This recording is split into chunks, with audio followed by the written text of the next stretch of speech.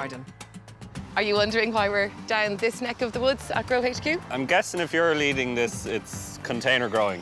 Yes, and as much as I love to be the champion of container growing, I'm not surprised you would think that, but actually no. Oh. I have a surprise. We're going to go a fresh new direction. All right.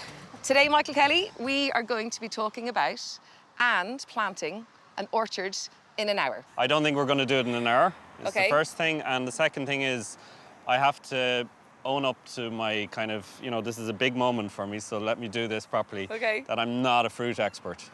Okay. But I have a guy who is. So we have got our all-round genius in all things horticulture here in Grow HQ, Richard Mee. I'm going to leave you in Richard's really capable hands. I'm going to start the stopwatch. I don't believe you can do it. We're on the clock, but I know we can do it.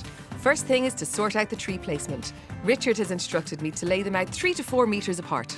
They're all in place. Why exactly are they laid out like such? Well, the spacing is related to the rootstock. OK, what do you mean by rootstock? Right, well, have a look here. You can see there's a knobbly bit in all the trees, just here. Yeah. OK, that's where the rootstock is joined to there's 2 trees in one. OK. That is the fruiting variety attached to a rootstock. The rootstock is what gives you the size of the tree. The tree will grow about 3-4 metres high, so the spacing between the trees needs to be about the same. So you need at least 2 trees to pollinate. They can't be the same. They have to have a nice match and get on well with each other. If I was just putting 2 apple trees in a garden, which you need 2 because they have to pollinate each other, I'd choose Katie, Katya and James Grieve because they pollinate each other well. They're both very sturdy in terms of looking after themselves with pests and diseases, and they produce an apple which is quite tasty. Tick tock, Richard. We're 10 minutes in, but let's not hang around and get these apple trees into the ground. You really want to make sure is that ideally this doesn't collapse and all the soil compost fall off the roots there. So we want to put it in, but now that looks to me about the right height. Put a little bit of soil on top, but not too much because we don't want to come anywhere near the graft. No, Okay?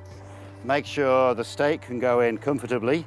Now you need to get it as close to the tree as you can, but you don't want to go through the roots, so we'll angle it a little bit. What is handy is a little bit of fertiliser. I'm using the chicken manure pellets as a balanced fertiliser. Okay. So you want trees and bushes get most of their nutrients from the soil surface. So mixing it in with the soil there. Here, this pile here. Just scatter it around there. There we go. I don't know, 2 or 3 handfuls, not very scientific, but that'll do them. Brilliant. And then we can shovel the soil over the top, feed it round your tree like that. Okay. Use your boot. Not too deep, not too shallow. 20 minutes in and just 1 tree in the ground. Let's tie this one up. Come on, Richard, let's get things moving.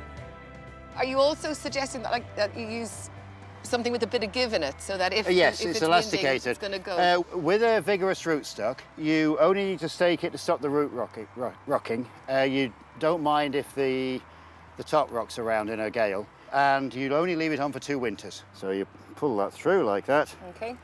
Tie that like that. So a little nail in there. You can bend it over at that. All you're doing is stopping it slipping up and down. Orchard in an hour? No problem. Just remember, space, plant, feed, tie, repeat.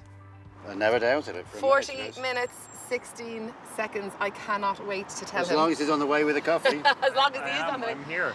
Hurrah, Michael Kelly. I can't believe it. Thank you. I am actually eating my hat. If I had a hat to eat, I would eat it. Coffee and, oh, did you bring any humble pie? I did. That's just for you, Yeah. This is absolutely amazing. Yeah, Well check it done. out. So I have to say, it was in lots of ways easier than I thought. Yeah. And yet it did require, a little bit of exertion. Clearly, ladies never sweat, so I'm just gently glowing. Yeah. So I saw Richard we put needed- himself in harm's way there as well with you with the sledgehammer. That's Well, we like to Brave live. man. We like to live life on the veg. So yeah. There we go.